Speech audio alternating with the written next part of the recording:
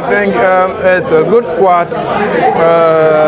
For now, when you look at the squad on paper, you probably think that some players are not there, so it will be very difficult for us to win. But the moment they step on the pitch, it's a different terrain, and it all depends on the players that make it into the starting 11. And once we have Kudus in the party in there, I'm sure they can do the work. Although we miss the services of Ernest Nyama and the likes of Gideon Mensah at the left back position, that's going to be a big worry. But yet still, I'm confident that for the game against Angola and Niger, we should be able to win these two matches, because these are countries that previously wouldn't even struggle to be. So once Otuado is back and he has done very well in his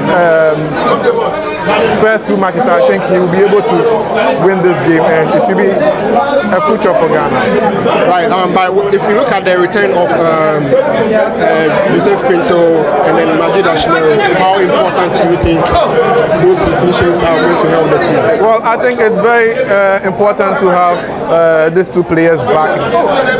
Joseph Pinto doing very well in the MLS, as well as the other player that you mentioned. But for Majid Ashimeru, he has started playing for Anderlecht in the Belgian league. We saw him score a goal in the first match as well. So yes, it's very crucial. Their presence is very crucial, especially when you have a key player like Kudus over there, and you know that when Kudus is fatigued, you can get another creative player in the name of Majid Ashimeru to play the game. So yes, their presence in the team is very, very important.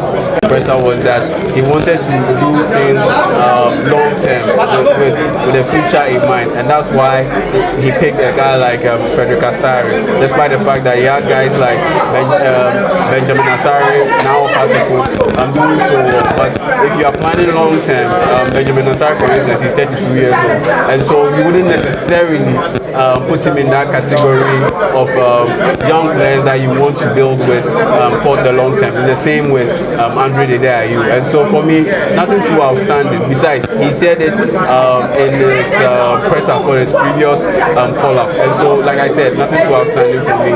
It was pretty much settled. Oh yes, I think the players can get the job done. For the AFCON, qualifying to the AFCON, I think they can get the job done, and being able to do well at the AFCON, I think they can get the job done.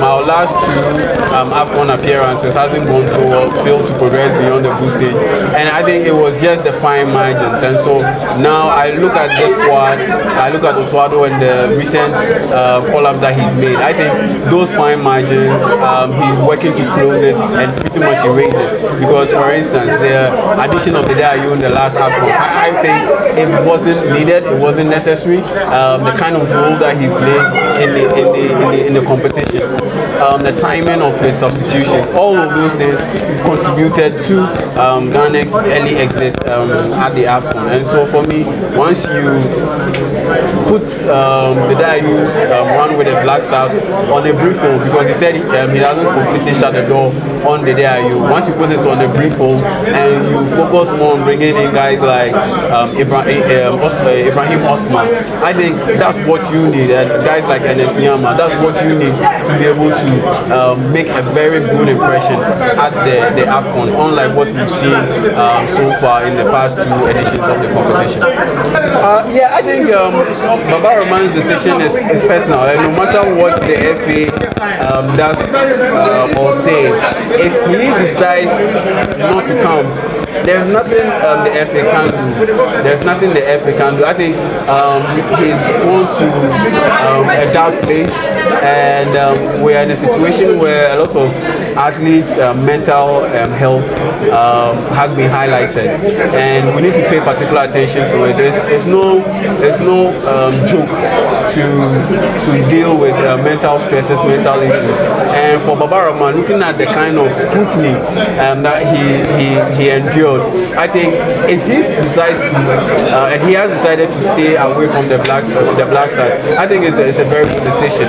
Because yes, do I think he deserved some level of criticism? Yeah, I think so, because his performance wasn't good, and it looked like he was being given a bit of an easy hand to be able to take it into the Black Stars.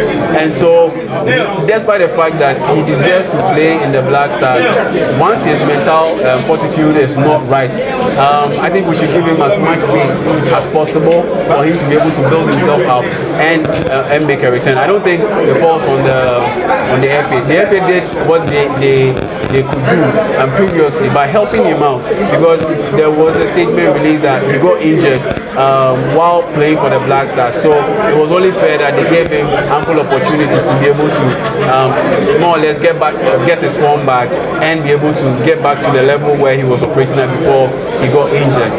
The FA did all that, and so if the man believes that he's not in the right shape mentally to come and play for the Black Stars, I don't think it falls on the FA. I think they've done what they can do, and it's all on the individual in this conversation, and that's Papa Rama.